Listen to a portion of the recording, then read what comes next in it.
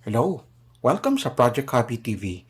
Dito, maaari kayong matuto ng arts and crafts, sewing, cooking, photography, iba't ibang klase ng hobbies, anything under the sun.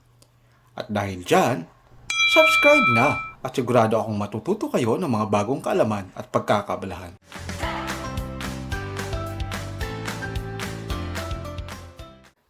Today, mag-introduce tayo ng twin needle. Nabili ko siya online. As you can see here, meron siyang tatlong klaseng sizes, iba't ibang dimension, may 4mm, 2mm, 3mm. So, depende sa layo ng dalawang stitch. So, meron tayong tatlong option. Pero bago natin umpisahan or subukan na gamitin itong needle, saan-saan ba ginagamit o ano ang purpose kung bakit tayo gumagamit ng twin needle? So, especially sa mga stretchable na garment, lalo na yung mga laylayan, mga manggas ng ating mga stretchable na damit. So, nasubukan ko siya. Nagtahi ako ng shorts using stretchable na cotton. So, maganda yung kinalabasan. Kung hindi ko siya ginamitan ng twin needle, malamang sa malamang hindi siya as stretchable as it's supposed to be. Kasi, if you can see sa likod, nagkakaroon ng zigzag. So, there's a way for yung thread natin kahit hindi stretchable na mai-stretch siya somehow kasi hindi lang siya isang straight line. So, may allowance para ma-stretch yung ating fabric. So, isa yan sa mga gamit ng twin needle.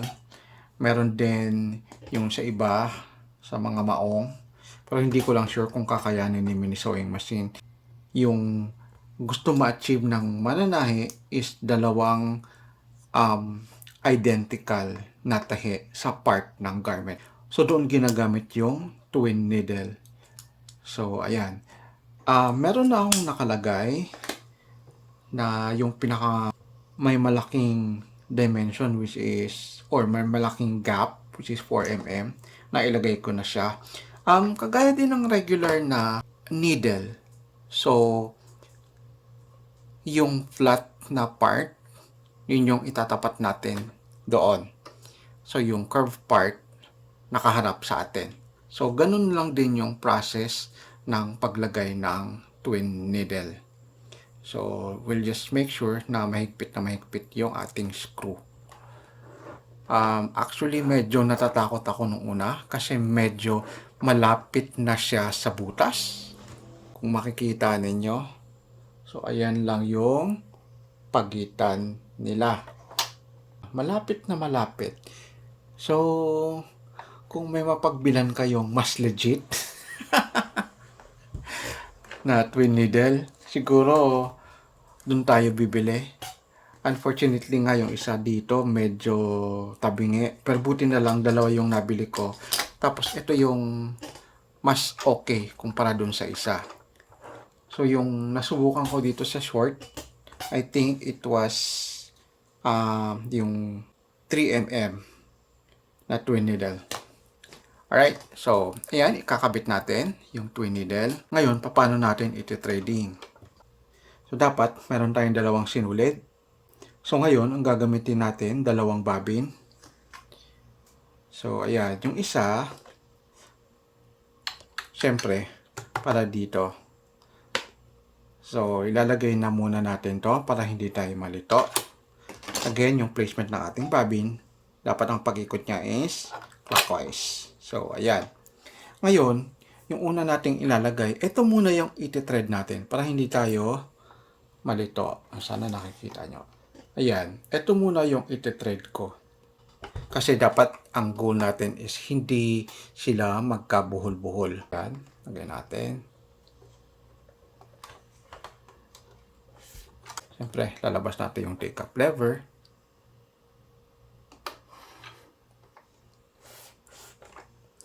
Tapos, gusto ko yung nauna, ilalagay ko sa kanan.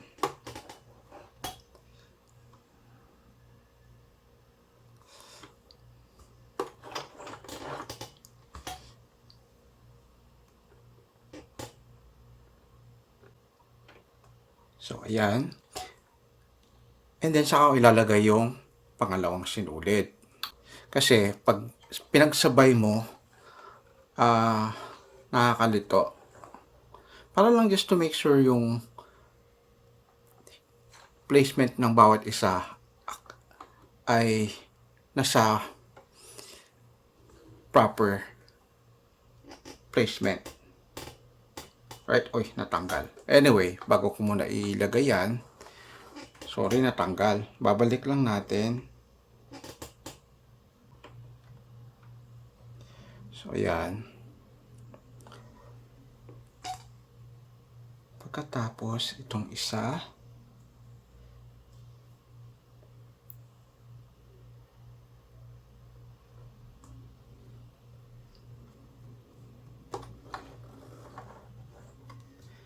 Ayan. Ayan. So, we just wanted to make sure na hindi sila magkabuhol-buhol. And then, sa likod. Tapos, syempre, kukunin natin yung ating bobbin thread. Ayan. There you go. And then, ibalik natin yung ating bobbin cover. So, yaman lang din naman at nasubukan ko siya sa stretchable na fabric. Meron tayong ditong stretchable din na fabric. So, ayan. Para makita natin yung effect na ito yung workaround para doon sa mga laylayan or manggas ng ating stretchable fabric. Kasi nga ulit, pag isang straight lang na stitch gamit nito, medyo pag sinuot mo, mapuputol yung sinulid. So, susubukan natin.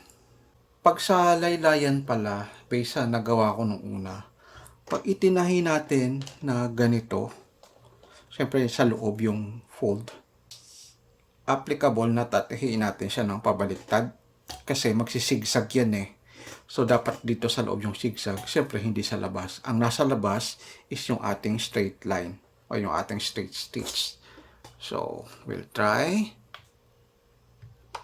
So, ayan. Baganan lang muna natin. So, ayan. Tusok.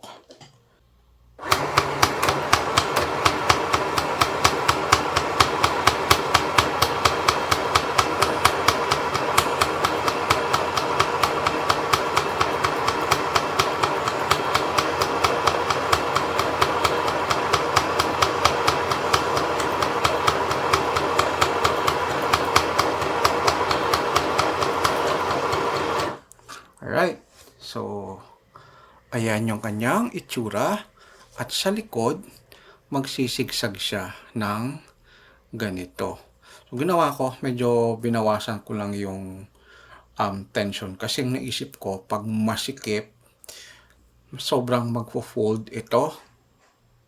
So, ayan. Ito yung kinalabasan ng ating 4mm na twin needle.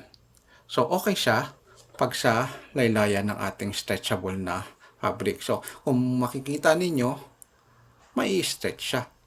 Ayan.